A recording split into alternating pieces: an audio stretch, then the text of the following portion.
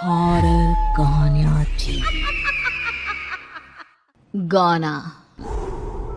आज 20 सालों बाद रमेश अपनी दुल्हन नैना के साथ अपने गांव के अपने पुराने घर आता है। सभी लोग बहुत खुश थे। रूपा भी अपनी बहू का स्वागत करने में लगी थी। पर ये क्या, रूपा जैसे ही अपनी बहू की आरती उतारने जाती है, अचानक से तेज हवाएं चलने लगती है। घर की लाइट चली जाती है और आरती का थाल का दीपक बुझ जाता है। माँ, ये सब क्या हो रहा है? अचानक से ये मौसम कैसे बदल गया? अरे बेटा, ये गांव है। गांव में अक्सर ऐसा ही होता है।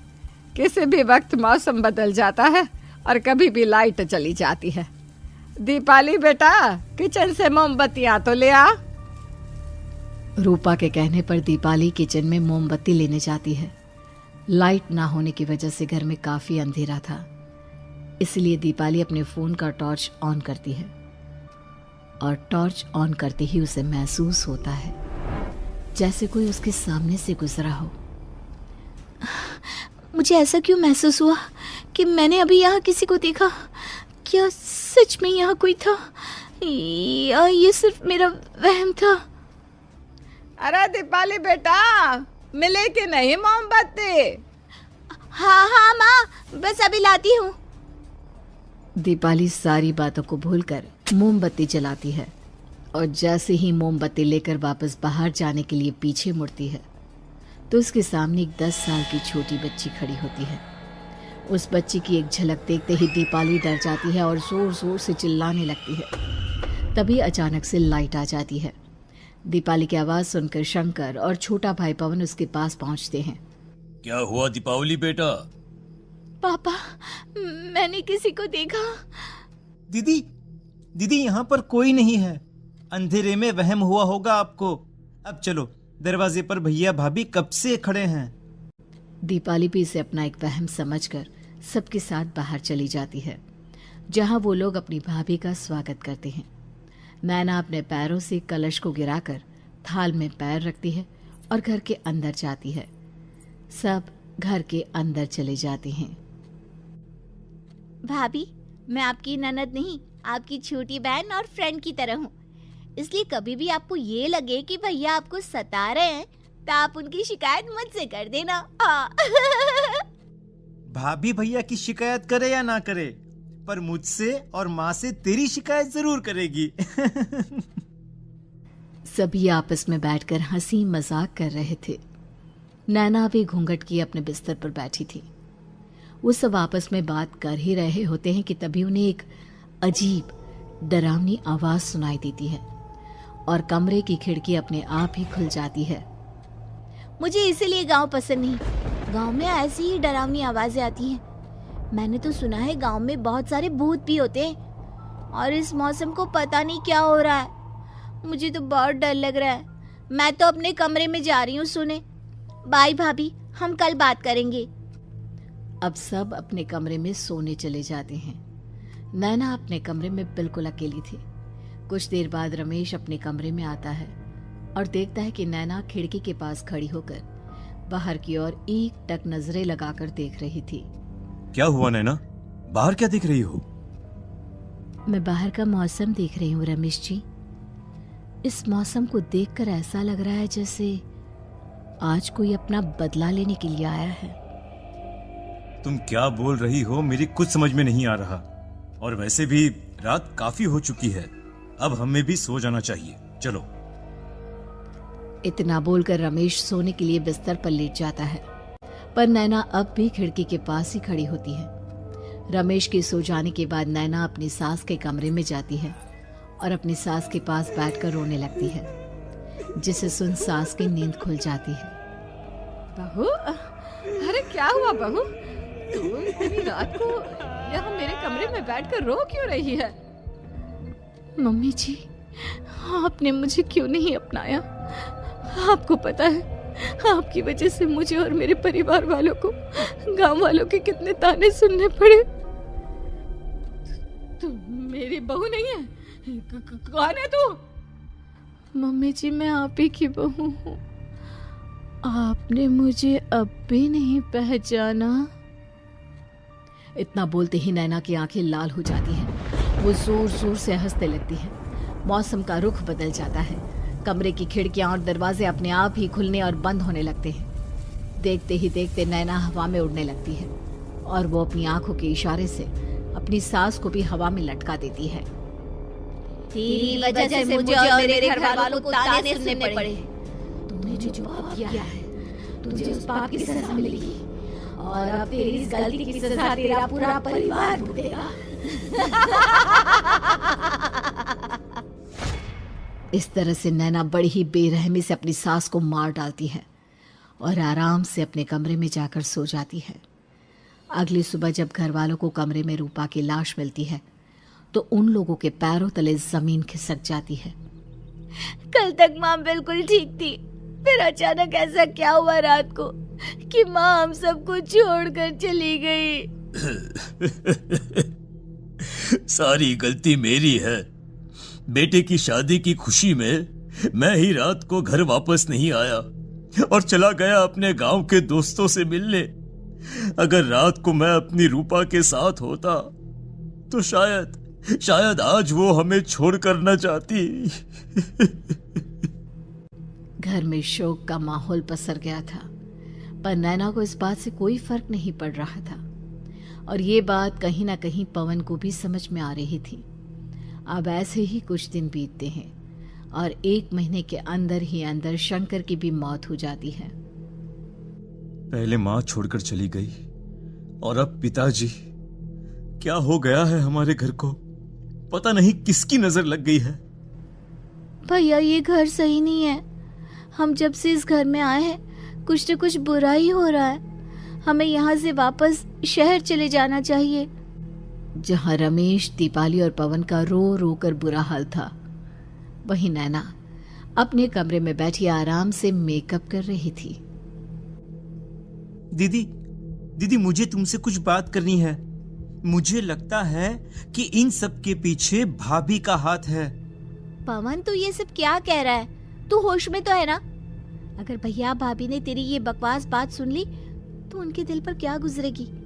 तू भाभी पर इतना बड़ा इल्जाम कैसे लगा सकता है? दीदी आप खुद ही देख लो ना। हम जब से इस घर में आए हैं सब कुछ बदल गया है। शादी से पहले नैना भाभी ऐसी बिल्कुल नहीं थी, पर अब वो किसी से बात नहीं करती।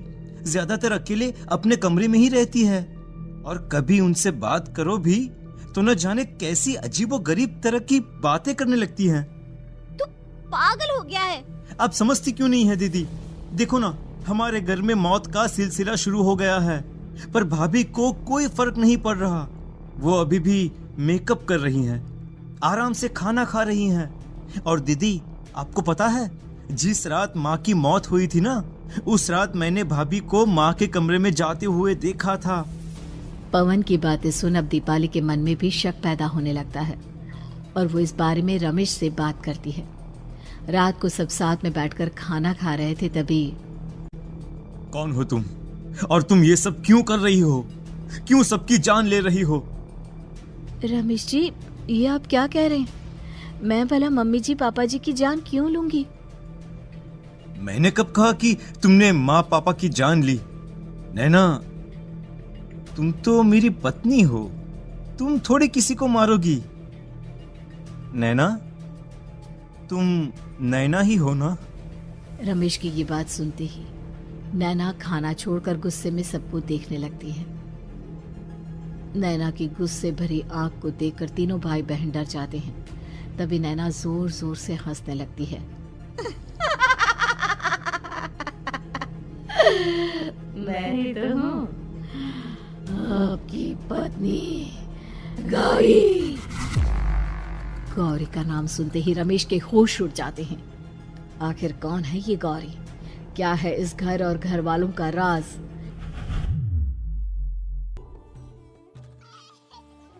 हमारे दोनों बच्चे एक साथ कितने अच्छे लग रहे हैं ना? हाँ, कितने अच्छे दोस्त हैं दोनों।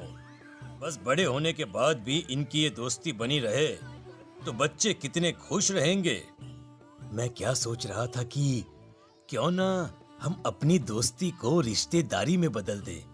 मैं अपने बेटे रमेश की शादी तेरी बेटी गौरी से करना चाहता हूँ। इस तरह हमारे बच्चे भी हमेशा साथ रहेंगे और हमारी दोस्ती भी रिश्तेदारी में बदल जाएगी। शंकर की इस बात से उसके दोस्त को बहुत अच्छा लगता है और वो अपनी बेटी की शादी रमेश से करवाने के लिए तैयार हो जाता है। बहुत जल्द दोनों परिवार मिलकर बचपन में ही रमेश और गौरी की शादी करा देते हैं।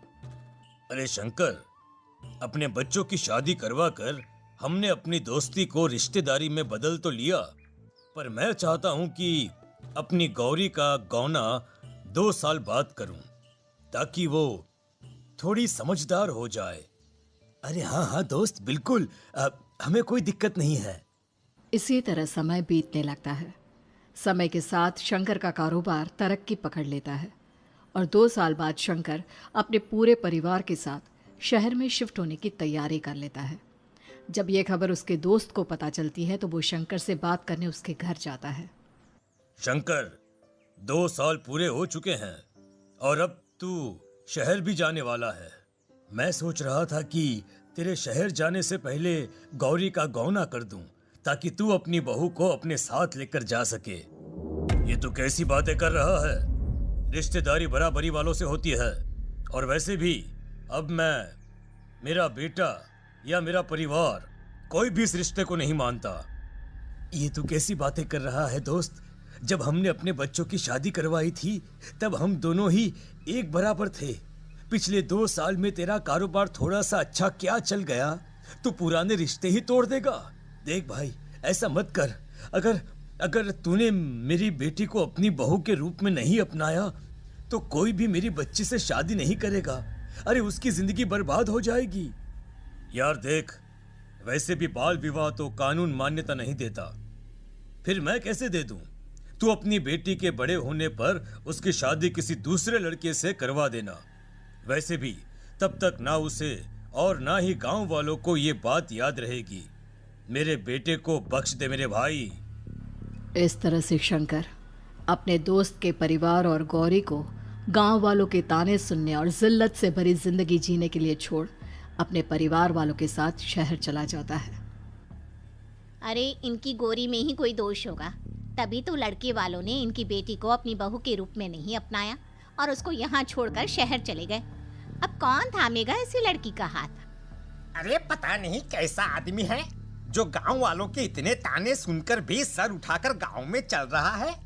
अरे अगर मेरी बेटी के साथ ऐसा हुआ होता ना तो मैं तो शर्म के मारे मर ही जाता। हाँ, दिन रात लोगों की नजरों में अपने लिए ग्रहण देख और सबके ताने सुन सुन अब गौरी के पिता हिम्मत हारने लगते हैं और एक रात गौरी के माता पिता खुदकुशी कर लेते हैं। ये सदमा गौरी भी सहन नहीं कर पाती और उसकी भी मृत्यु हो जाती है। तुम्हारे परिवार की वजह से हम लोगों ने अपनी इज्जत और जान गंवाई। इसका बदला तो तुम्हें चुकाना पड़ेगा, वो भी अपनी जान देकर। हंसते हुए अब नैना हवा में उड़ने लगती है। नैना अब पूरी तरह से बदल चुकी थी। गौरी की आत्मा उसके शरीर पर हावी हो चुकी थी। उसकी आंखें सफेद, पैर उल्टे, चेहरा काला और बाल बिखर गए थे। अब गौरी अपनी शैतानी शक्तियों से घर के हर कोने को अपने काबू में कर लेती है और सीधी दीवार पर जाकर चिपक जाती है। मुझे अपना बदला चाहिए। बदला लूंगी मैं तुम सबको खत्म कर दूंगी। गौरी इतनी तेज चिल्ला रही होती है कि उसकी आवाज से घर के सारे कांच टूट जाते हैं। सामान इधर उधर गिरने लगता है और ये सब देखकर तीनों भाई बहन के होश उड़ जाते हैं। बचाओ, भागो भागो। उन तीनों को अपनी जान बचाने के लिए यहाँ से वहां भागता देख गौरी जोर जोर से हंसने लगती है। तभी दीपाली घर से बाहर निकलने लगती है, जिसे देख गौरी गुस्से में अपनी शक्तियों से तुरंत घर का दरवाजा बंद कर दीपाली को हवा में उड़ा देती है। बाहर भागी थी, मुझसे बचकर भागना चाहती है? कोई नहीं बचेगा, आज तुम सब मरने वाले हो। अचानक घर में भूतिया आवाजें गूंजने लगती है, तेज हवाएं चलने लगती हैं। सोफा, टेबल, कुर्सी सब हवा में उड़ने लगता है। ये सब देखकर रमेश, दीपाली और पवन की रूह कांप जाती है। घर में ये सब होते हुए और अपनी बहन को हवा में उड़ते हुए देख रमेश और पवन को भी समझ में नहीं आ रहा था कि वो क्या करे, कैसे अपनी जान बचाए। इतने में गौरी अपनी आंखें दीपाली की तरफ करती है और अपनी शैतानी शक्तियों से उसका गला दबाने लगती है। भागने का बहुत शौक है ना? अब मैं तुझे इस दुनिया से ही भगा दूंगी। इतना बोलकर गौरी दीपाली को उठाकर फेंक देती है और दीपाली दीवार से टकराकर नीचे गिर जाती है। दीपाली के पूरे शरीर में चोट के निशान होते हैं और वो उठ भी नहीं पाती। दोनों भाई भागते हुए अपनी बहन के पास जाते हैं। ये तो बस शुरुआत है, मैं तुम तीनों को तड़पा कर मारूंगी। अरे अरे, पर हमने क्या किया है? हम तीनों भाई बहन तो निर्दोष हैं। गलती तो हमारे माता पिता ने की थी और उन्हें तुम पहले ही मार चुकी हो, फिर हमारे पीछे क्यों पड़ी हो? पवन के इतना बोलते ही गौरी एक हवा के झोंके की तरह उसके पास आती है और उसका गला पकड़कर उसे हवा में उठा देती है और रमेश को गुस्से भरी नजरों से देखती है। गलती मेरे परिवार की नहीं थी, पर सबको मरना पड़ा। मैं किसी को नहीं छोड़ूंगी। गौरी पवन को हवा में उछाल देती है, जिस पर कमरे की छत से टकराकर जमीन पर आकर वो गिरता है। उसके सर और शरीर पर जगह जगह चोट लग जाती है और खून बहने लगता है, जिसे देख अब रमेश से चुप नहीं रहा जाता। गौरी, तुम्हारा गुनहगार मैं हूँ। तुम्हारी शादी मुझसे हुई थी। अगर तुम्हें बदला चाहिए तो मुझसे लो। मेरे भाई बहन को छोड़ दो। तुम मुझे मार दो। मरना तो सबको पड़ेगा। अरे पर इसमें उन दोनों की कोई गलती नहीं है। प्लीज, मैं मानता हूँ कि तुम और तुम्हारे परिवार के साथ जो कुछ भी हुआ वो गलत था, पर गौरी, मैं प्लीज मेरे भाई बहन को छोड़ दो। उन्हें तो इस बात के बारे में कुछ भी पता नहीं है। उनका इस सबसे कोई लेना देना नहीं है। तुम और तुम्हारा परिवार यही चाहता था ना कि मैं तुम्हें अपना लूं। उस समय मैं बच्चा था, मेरे पास इतनी समझ नहीं थी, पर आज मैं तुम्हें तुम्हारे इसी रूप में अपनाता हूं। मेरे साथ जो करना है कर लो, बस मेरे भाई बहन की जान बख्श दो उनकी जान। रमेश की ये बात सुनकर गौरी का गुस्सा थोड़ा शांत होता है। ठीक है, मैं तुम्हारे भाई बहन को नहीं मारूंगी, पर तुम्हें मरना होगा और तुम्हारी आत्मा को मेरे साथ शादी करनी होगी। मुझे मंजूर है। अब रमेश गौरी के साथ छत पर जाता है और छत से नीचे को जाता है। रमेश के मरते ही गौरी उसकी आत्मा को अपने साथ ले जाती है और इस तरह से रमेश खुद मरकर अपने भाई बहन को बचा लेता है।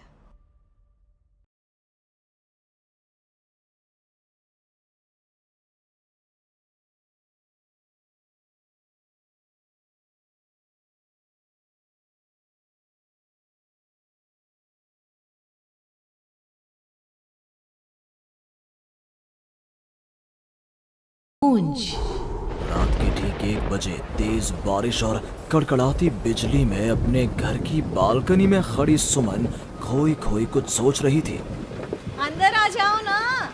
उसके घर के अंदर से आवाज आती है। तब भी सुमन काले अंधेरे में खड़ी न जाने किसका इंतजार कर रही थी, जिसमें से एक औरत अपने 2 बच्चों के साथ उसके पास वाले घर में लाल रंग की एक कार से उतरती है और बारिश में भागती हुई सामने वाले घर में चली जाती है। हेलो, कौन? मेरा कुछ सामान तुम्हारे पास है, लौटाओगी नहीं? आपका क्या सामान? कौन है आप? और मैं तो इस घर में कुछ सेकंड्स पहले ही आई हूँ। आपको यहाँ का नंबर कैसे पता चला? मम्मी, हो सकता है कि जो फैमिली यहाँ पहले रहती हो, ये कॉल उनके लिए हो। नहीं, ऐसा नहीं है। बाहर कड़कड़ाती बिजली एक अनजान आदमी के फोन ने नेहा को डरा दिया था। वो फौरन कॉल रख देती है। चलो बच्चों, कमरे में चलते हैं, मैं तुम्हें सुला देती हूँ। पर यहाँ इतने अंधेरे में तो कुछ भी नहीं दिख रहा मम्मी। फ्लैश लाइट ऑन करो ना। नेहा फ्लैश ऑन करती है, जहाँ उसे ऊपर जाने की सीढ़ियाँ दिखती हैं और चारों तरफ सफेद कपड़ों से ढके हुए फर्नीचर। तभी नेहा की 3 साल की बेटी उससे कहती है, मम्मा घोस्ट। नो माय लव, ये तो वाइट क्लोथ्स हैं। चलो ऊपर मम्मा आपको स्टोरी सुनाएगी, सुननी है ना? चलो चलो चलो। नेहा स्ट्रॉबेरी को गोद में उठाती है और रोहन के साथ सीढ़ियां चढ़ना शुरू करती है। एक एक कदम उसे ऐसा एहसास हो रहा था मानो वो सीढ़ियों पर नहीं दलदल में कदम रख रही हो। ये मेरे पैर सीढ़ियों में धंस क्यों रहे हैं? बहुत देर चलने के बाद सीढ़ियां खत्म होती हैं। ऐसा लग रहा है मानो मैं जन्मों से बस चल ही रही हूँ। जैसे तैसे थकी हारी नेहा ऊपर कमरे में पहुंचती है। जैसे ही फ्लैश बेड पर पड़ता है वो देखती है कि उसके दोनों बच्चे पहले से ही बिस्तर पर सो रहे हैं। मेरा सर चकरा रहा है। बच्चे तो मेरी गोद में थे, यहाँ कैसे आ गए? और वो भी मुझसे पहले। नेहा कुछ समझ नहीं पाती और बेसुध होकर जमीन पर गिर पड़ती है। अगली सुबह उसकी आंखें सूरज की किरणें चेहरे पड़ने से खुलती हैं। नेहा बालकनी में जाती है जहां उसे सुमन अपने बालकनी में खड़ी दिखती है। ऐसा लग रहा था मानो सुमन रात भर से वहीं खड़ी थी। सुमन नेहा को मुस्कुराकर देखती है। हेलो, मैं यहाँ कल ही शिफ्ट हुई हूँ। मेरे हस्बैंड का यहाँ ट्रांसफ़र हुआ है। आसपास कहीं घर ही नहीं मिला, तब 40 किलोमीटर दूर यहाँ ये घर मिला। आप यहाँ पर कब से हैं? पता नहीं, सालों हो गए, यहाँ कोई आया ही नहीं। पर अब तुम आई हो तो राहत सी लगी। आओ ना घर पर। हाँ हाँ, क्यों नहीं, मुझे भी कंपनी मिल जाएगी। वैसे कल रात ना यहाँ कुछ अजीब महसूस किया मैंने। मैं आकर बताती हूँ। नेहा सुमन से मिलने उसके घर जाती है और पिछली रात हुए इंसिडेंट के बारे में उसको बताती है। ये तो कुछ भी नहीं है नेहा। ऐसे तो कई इंसिडेंट्स मेरी एक फ्रेंड के साथ भी हुए हैं और रोज होते ही हैं।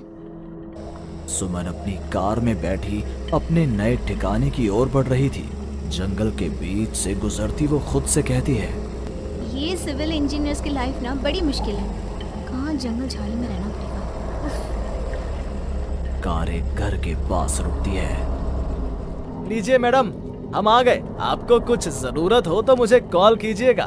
मैं ये बगल वाले घर में ही हूँ। सुमन घर के अंदर जाती है। डाइनिंग टेबल पर पहले ही खाना रखा हुआ था, पानी का ग्लास भी, टीवी ऑन ही था। ऐसा लग रहा था मानो अभी अभी यहाँ कोई था या है।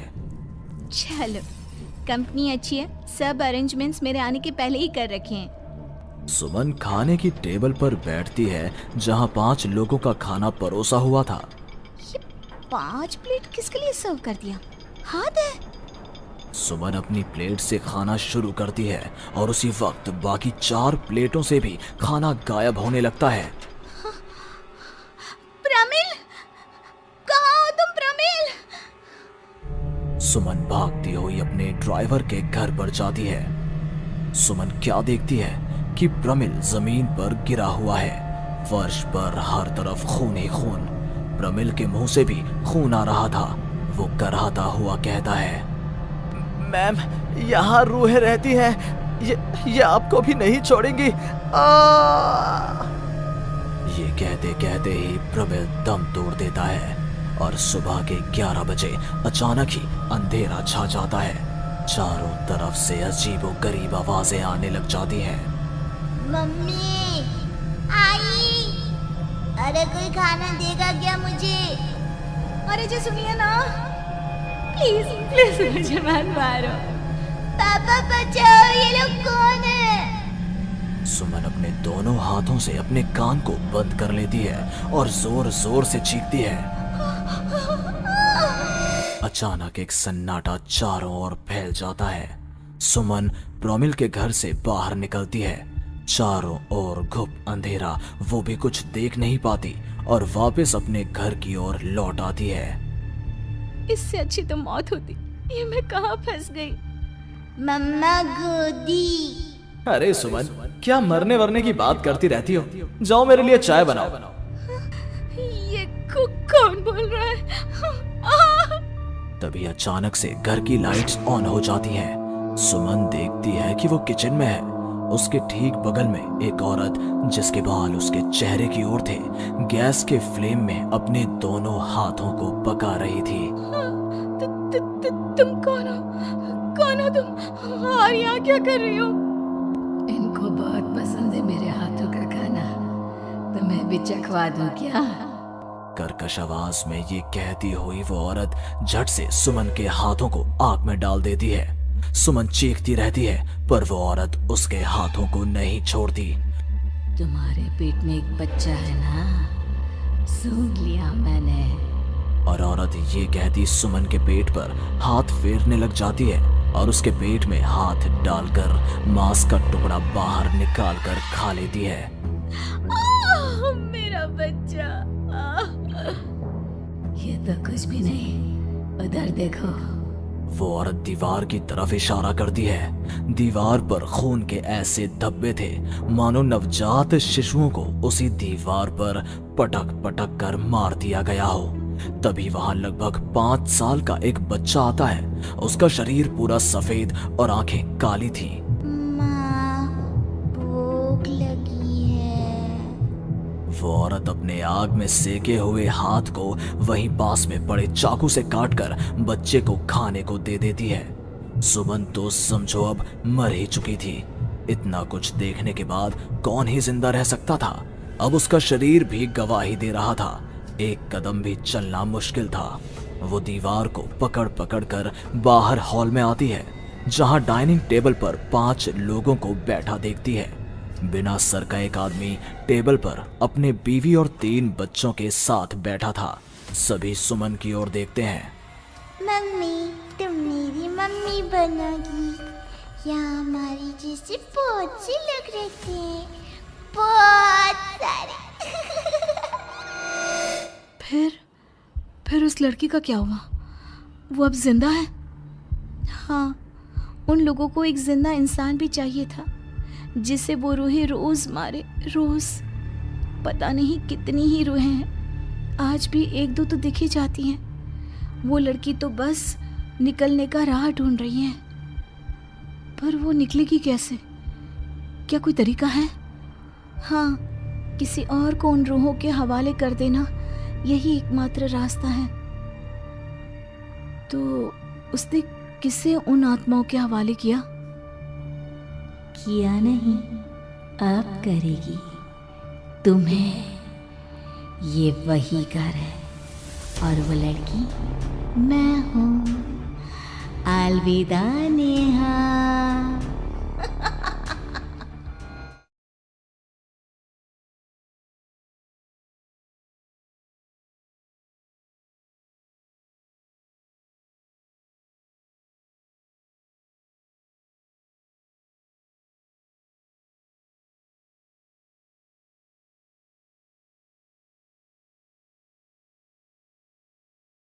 खूनी कुआं। सीमा गर्मियों की छुट्टियों में अपनी नानी के गांव आई थी। सीमा नानी के घर पहुंचने के बाद अपनी नानी के पैर छूती है और उनसे आशीर्वाद लेती है। तभी उसकी नानी उससे कहती है, इतनी बड़ी हो गई मेरी सीमा, चल जल्दी से हाथ मुंह धो ले, मैं तेरे लिए खाना लगा देती हूँ। भूख लगी होगी ना? हाँ नानी, भूख तो लग रही है मुझे। आपके हाथ के बने हुए पीले दाल और चावल खाने की। कितना टाइम हो गया है मुझे आपके हाथ का बना हुआ दाल चावल खाए हुए। तू तो नौकरी में व्यस्त थी, तो तुझे कहाँ से टाइम मिलेगा अपनी नानी के लिए? और जब इतने टाइम बाद आई है तो ज्यादा टाइम के लिए रुक कर जाएगी तू। हाँ नानी, इस बार पूरे 2 महीने के लिए आई हूँ। सीमा की नानी अंदर जाकर उसके लिए खाना बनाने लगती है। सीमा कमरे में अकेली होती है, तभी उसे किसी औरत के रोने की आवाज सुनाई देती है। वो कभी खिड़की से बाहर झांकती है तो कभी दरवाजे से बाहर झांकती है। उसे समझ में नहीं आ रहा होता है कि आखिर रो कौन रहा है। तभी नानी खाना लेकर आ जाती है। वो अपनी नानी से कहती है, नानी, कोई औरत रो रही है क्या? मैं जब से यहाँ आई हूँ तब से मुझे यहाँ किसी औरत की रोने की आवाज आ रही है। हे भगवान, कहीं ये वही तो नहीं? बोलो ना नानी। अरे कोई नहीं रो रहा, ये तेरे मन का वहम है। और तू ना अब खाना खा ले, ज्यादा यहाँ वहाँ की बातों में ध्यान मत दिया कर। जल्दी से खाना खा और फिर मेरे साथ आ जा मेरे कमरे में। दोनों बैठकर खूब सारी बातें करेंगे। ऐसे ही अगले दिन सीमा अपनी नानी के साथ गांव के बाजार जा रही होती है। उसी रास्ते में फिर से किसी औरत के रोने की आवाज आती है। वो अपनी नानी से कहती है, अरे नानी, क्या सच में तुम्हें अभी भी किसी औरत की रोने की आवाज नहीं सुनाई दे रही? मुझे किसी औरत की बहुत बुरी तरीके से रोने और चीखने की आवाजें आ रही हैं। मैं बहुत परेशान हूँ नानी, आखिर ये कौन है? मुझे लगता है कि सीमा को शहर भेज देना चाहिए। यहाँ रहना उसके लिए ठीक नहीं। नानी बोलो ना, आप चुप क्यों हो जाते हो? सीमा, तू घर चल, मुझे तुझसे बहुत जरूरी बात करनी है। नानी सीमा को घर ले आती है और सीमा से कहती है, सीमा, कल सुबह तू शहर वापस चली जाएगी। अरे अचानक?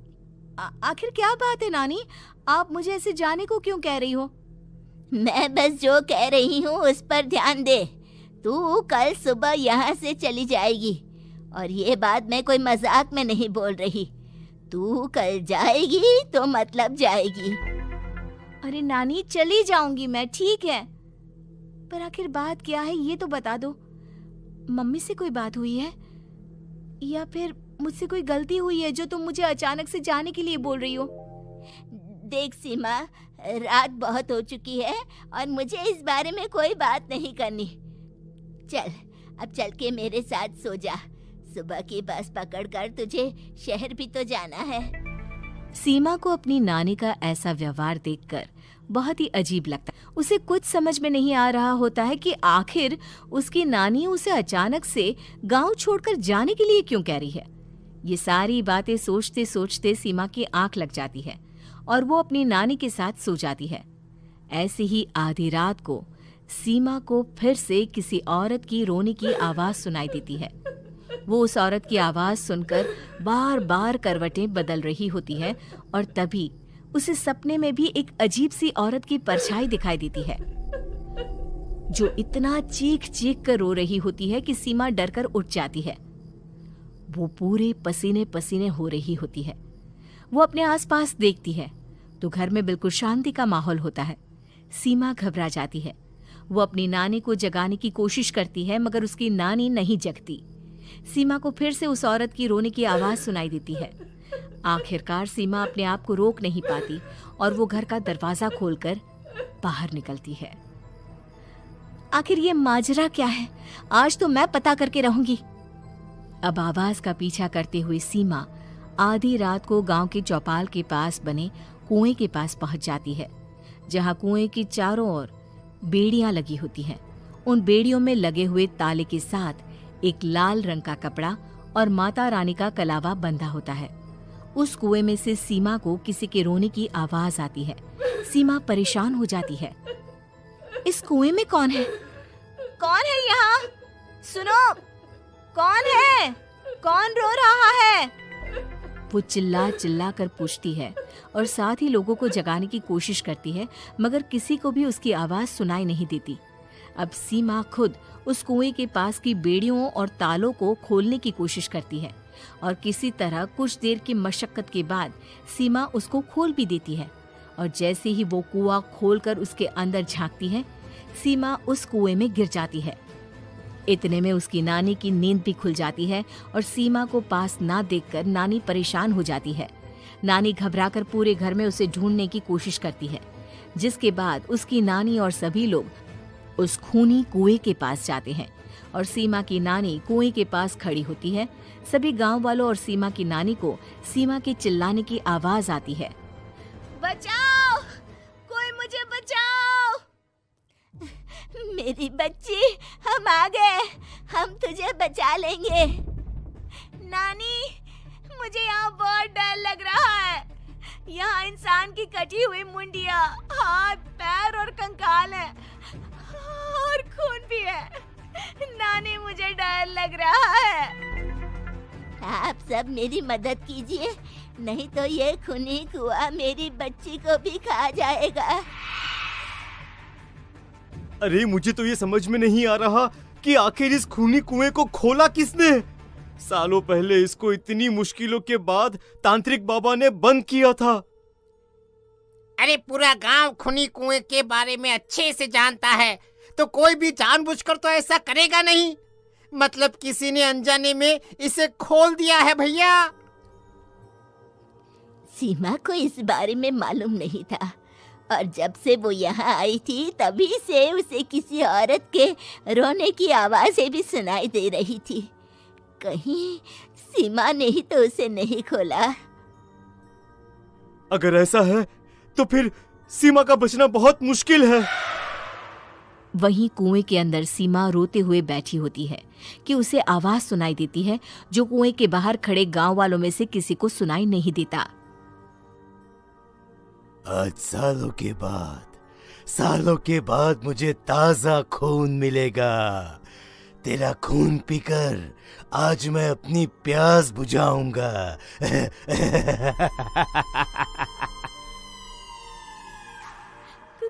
कौन है? मत मारो प्लीज, मुझे जाने दो प्लीज। मैंने किसी का क्या बिगाड़ा है? वो तुझे मरने के बाद पता चल ही जाएगा। जितने में गांव वाले और सीमा की नानी कुछ सोच पाते उतने में उन्हें सीमा के चिल्लाने की आवाज आती है और अगले ही पल सब शांत हो जाता है। क्या हुआ? सीमा, मेरी बेटी। माफ करना बहन, लेकिन अब सीमा वापस नहीं आएगी। हमें एक बार फिर से कुएं को बंद करना होगा। गांव वाले तभी तांत्रिक को बुलाकर लाते हैं। एक बार फिर अपनी शक्ति से तांत्रिक बाबा उस कुएं को हमेशा हमेशा के लिए बंद कर देते हैं और वहां एक बोर्ड लगा दिया जाता है कि यहां आना मना है।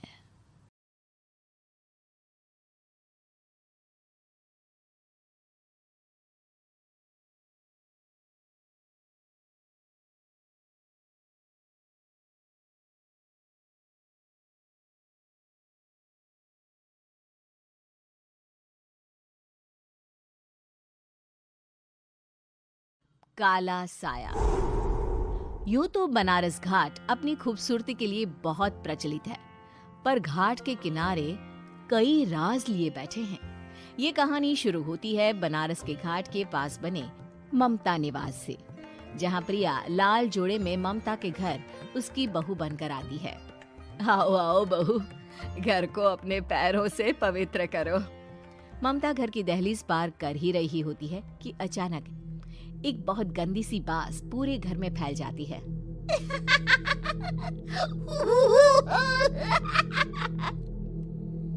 ये बदबू और ये आवाजें, ये कौन हंस रहा है माँ? अब ये पड़ोसी ना हमारे थोड़े अलग से है। कहाँ हम शाकाहारी और ये मांस मच्छी खाने वाले। छोड़, तू ध्यान मत दे और गृह प्रवेश कर। और हाँ बहू, अपनी सास की एक बात हमेशा याद रखना, इन पड़ोसियों से तो कभी बात नहीं करेगी। अच्छे लोग नहीं है ये। अपनी सास की ये बात मानेगी ना बेटा? हाँ माँ, जो आपकी मर्जी, मैं उनसे बात नहीं करूंगी। अगले दिन प्रिया अपनी पहली रसोई बनाने रसोई घर में जाती है। ये छोकी बात तो नाक में जा रही है।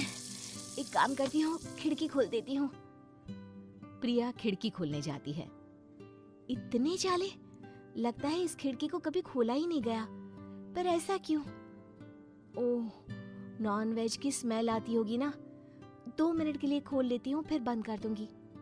प्रिया खिड़की खोलती है। खिड़की खोलते ही उसकी नजर सामने वाले घर की खिड़की पर पड़ती है, जहाँ एक लड़की खड़ी होती है। हाथों में मेहंदी, लाल रंग की साड़ी, बिल्कुल सजी धजी, मानो प्रिया की तरह ही वो भी नई नवेली बहू हो।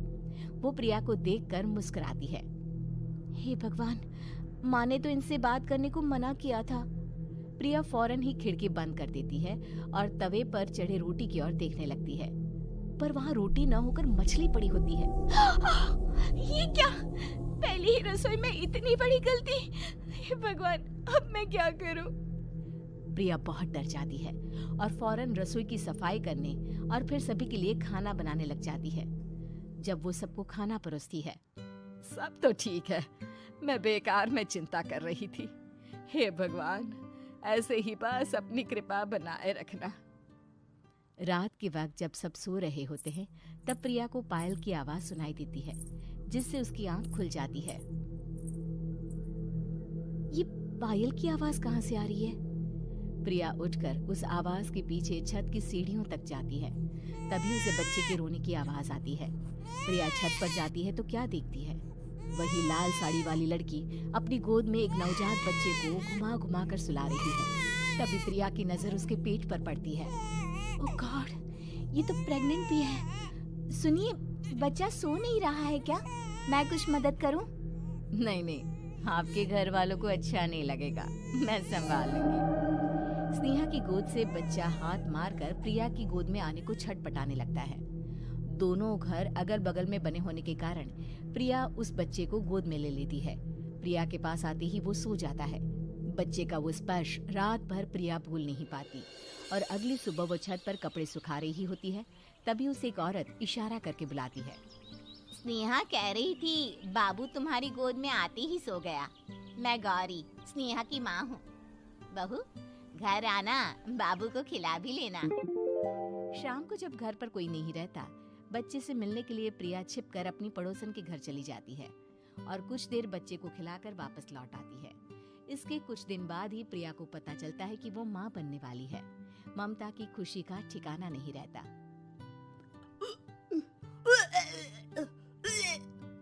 माँ जी, पता नहीं क्यों उल्टी आ रही है। प्रिया भागती हुई वॉशरूम में जाती है तो हरे और लाल रंग की उल्टी करती है। उस उल्टी में से कीड़े निकलते हैं। ये क्या?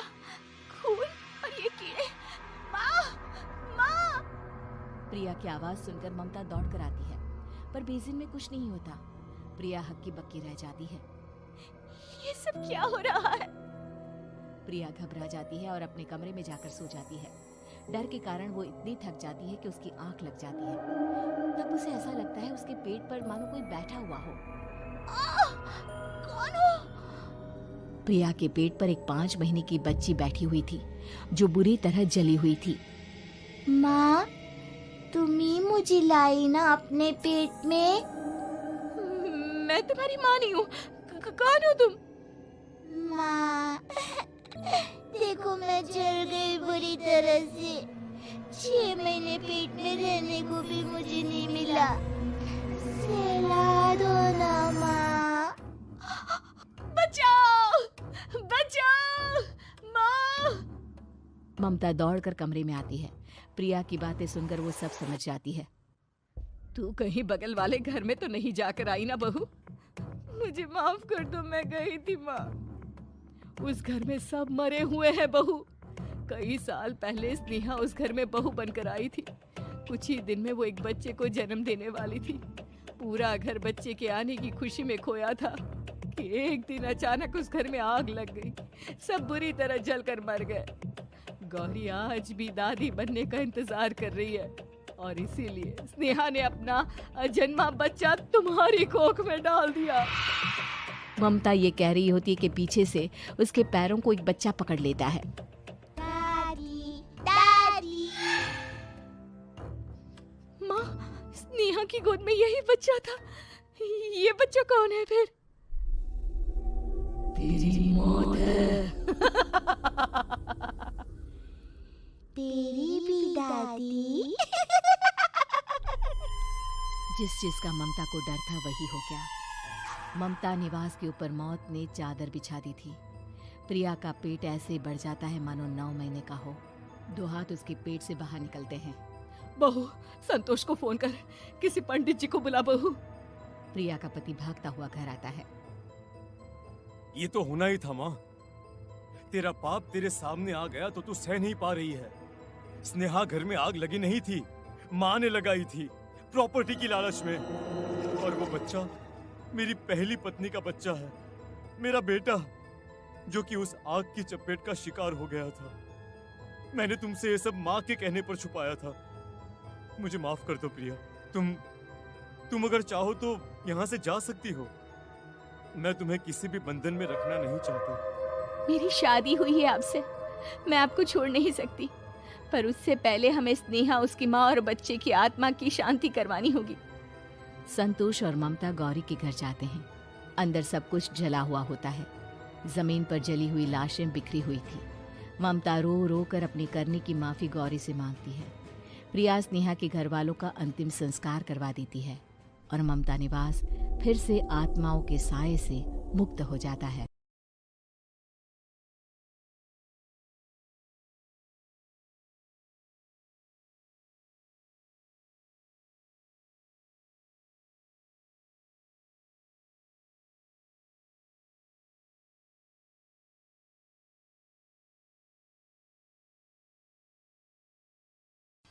केला बेचने वाली चुड़ैल। एक बार की बात है, जादूपुर नाम के गांव में करतब दिखाती एक औरत एक रेड्डी के लिए गांव में आती है। आइए आइए मेहरबान कदरदान, खाइए रोहड़ा के ताजे ताजे केले। कभी खाए नहीं होंगे ऐसे केले, पीले पीले केले खाइए। ये कहकर रोहड़ा हाथों में 4 केले लिए उन्हें सर्कल में जोर जोर से हवा में उछालती हुई करतब दिखाती है, जिसे देखकर आसपास के सारे बच्चे अपने अपने मम्मी पापा से उस औरत के पास जाने की जिद करने लग जाते हैं। पापा ऐसा तो सर्कस में बॉल से होता है ना, ये आंटी तो केले से कर रही है, चलिए ना पापा देखते हैं। रोहड़ा एक पतली सी तार पर चलती हुई केलों से करतब दिखाती है। आते जाते सभी लोग बाहर रुककर उसके करतब देखते हैं और वाह वाही करते नहीं थकते। जैसे ही एक आदमी पास आकर उसे पैसे देने लग जाता है, तब वो कहती है, अरे नहीं नहीं साहब, मैं करतब तो बच्चों के मन को बहलाने के लिए करती हूँ, धंधा तो मेरा केले का है। पीछे देखो मेरी रिड्डी, जो भी मेरे केले खाएगा मेरी तरह चुस्त दुरुस्त और तंदुरुस्त हो जाएगा। पता चलता है क्या कि मेरी उम्र 55 की है। अरे पर ऐसे ठंड के मौसम में कोई केला क्यों खाएगा?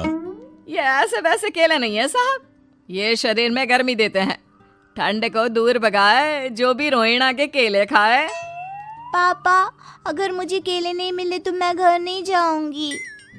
तभी उसके पापा कहते हैं कि बेटा केले ठंड में कभी गर्मी नहीं देते, ये सब कहने की बातें हैं, सामान बेचने का तरीका है इनका। पर पिंकी नहीं मानती। मैं केले खाऊंगी। पिंकी की जिद के आगे नत्थू हार जाता है और उसे केले खरीद कर दे देता है। पिंकी खुश होकर केले घर ले आकर खाती है। अब मैं भी करतब करूंगी, कितना मजा आएगा, जादुई केले। पिंकी पहला केला खत्म भी नहीं करती कि वो बेहोश हो जाती है। दूसरे केले से एक काला धुआं आता है और रोहड़ा चुड़ैल बनकर बाहर निकल आती है। मेरे भूतिया केले बच्चे न खाए, ऐसा हो ही नहीं सकता। जादूपुर वालों, कब तक बचोगे? आ गई हूं मैं रोहड़ा, जिसका कोई नहीं कर सकता सामना। रोहड़ा पिंकी को गोद में उठाकर काले धुएं में कहीं गायब हो जाती है। शाम के वक्त नत्थू घर लौटता है और पिंकी को घर में ना पाकर उसकी माँ से कहता है, माँ पिंकी कहाँ है? अरे बेटा, उसे तो तू सुबह करतब दिखाने ले गया था ना, फिर कहाँ वापस आए तुम दोनों? मुझे लगा तू उसे अपने साथ मंडी ले गया होगा। हे भगवान, मेरी बच्ची कहाँ गई? मैं उसे घर ही तो छोड़कर गया था माँ। नत्थू गांव के घर कोने में अपनी बेटी को ढूंढता है, पर उसे वो कहीं नहीं मिलती। परेशान होकर आके रो रो कर नत्थू हिम्मत हार कर घर लौट आता है। अगली सुबह रोहड़ा फिर से करतब दिखाने आती है और इस बार पिंकी की तरह रोनी केले खरीद लेता है। 50 रुपए दिए थे पापा ने, सारे पैसों के मैंने केले खरीद लिए हैं। अब मैं भी आंटी की तरह ही करतबबाज बन जाऊंगा। यही सोचते हुए रोनी केले खाता है और पहला अकेला केला आधा खत्म भी नहीं करता कि चुड़ैल उसके सामने आ जाती है। मेरे साथ चलने का समय आ गया है रोनी। ये तो बस शुरुआत है। अब इस गांव के सारे बच्चे धीरे धीरे मेरे कब्जे में होंगे, एक बच्चा भी नहीं बचेगा। ये कहकर रोनी को गोद में लेकर काले धुएं में अदृश्य हो जाती है। इसके बाद हर रोज गांव में से कोई ना कोई बच्चा गायब होता, पर ऐसा क्यों हो रहा है किसी को भी समझ में नहीं आ पा रहा था। रोज की तरह अपनी बेटी पिंकी की तलाश में नत्थू गांव के एक तालाब के पास बैठा रो रहा था। कहाँ गई मेरी पिंकी? शकुंतला के जाने के बाद एक वही तो मेरा सहारा थी। अरे उसकी आत्मा कोस रही होगी मुझे कि मैं अपनी बच्ची को संभाल भी नहीं पाया। नत्थू ये कहता हुआ रो ही रहा था कि तभी तालाब में से उसे शकुंतला की आवाज सुनाई देती है। कहाँ थी तुम शकुंतला? हमारी बच्ची और सारे गायब हुए बच्चे रोहड़ा के कब्जे में हैं। वो बच्चों को जो केले देती है उससे बच्चे बेहोश हो जाते हैं और उसके कब्जे में आ जाते हैं और वो उन्हें ले जाकर काली दुनिया में ले जाती है। पर वो ऐसा क्यों कर रही है? ये मैं नहीं जानती, पर उस दुनिया का रास्ता मैं आपको बता सकती हूँ। जहाँ ये नदी खत्म होती है वहाँ एक केले का पेड़ है, उसके नीचे एक दरवाजा है, वहीं से रास्ता जाता है उस दुनिया का। ये कहकर शकुंतला की आत्मा गायब हो जाती है। गांव के सभी लोग झुंड बनाकर उसी रास्ते से काली दुनिया में चले जाते हैं और वहां देखते हैं कि सारे बच्चे वहां काम कर रहे थे। पापा मुझे ले चलो यहाँ से। पापा पापा। सभी बच्चे अपने मम्मी पापा से लिपट जाते हैं। तो तुम लोग यहाँ तक आ गए? क्यों हमारे बच्चों को पकड़ लिया तूने? तुझे शिकार ही बनाना है तो ले, हम सब आ गए हैं, हमें खा ले। नहीं, मुझे बच्चे चाहिए। मेरे बच्चे के बदले तुम लोगों के बच्चे। क्या मतलब? मैं इसी गांव में रहने वाली एक औरत थी। केले की चोरी के इल्जाम में मेरे बेटे को गांव वालों ने इतना मारा कि वो मर गया। उसी दिन मैंने ठान लिया कि गांव वालों का भी वही हाल करूंगी। कुछ दिन बाद बेटे के चले जाने के दुख में मैं भी मर गई और मेरी भटकती आत्मा एक चुड़ैल बन गई और फिर मैंने बदला लिया तुम सबके बच्चे छीनकर। बर्दाश्त नहीं कर पाए ना? सोचो मुझ पर क्या बीती होगी। हमें माफ कर दो रोना। पता नहीं ये किसकी गलती थी, पर हम सभी माफी मांगते हैं। हमारी खुशियां लौटा दो, तुम भी तो एक माँ हो। गांव वालों की बात सुनकर रोहड़ा का मन पिघल जाता है और वो बच्चों को छोड़ देती है। उसके बाद काली दुनिया बच्चों के लिए जादुई दुनिया बन जाती है। अब कोई भी कभी भी वहां आ जा सकता था।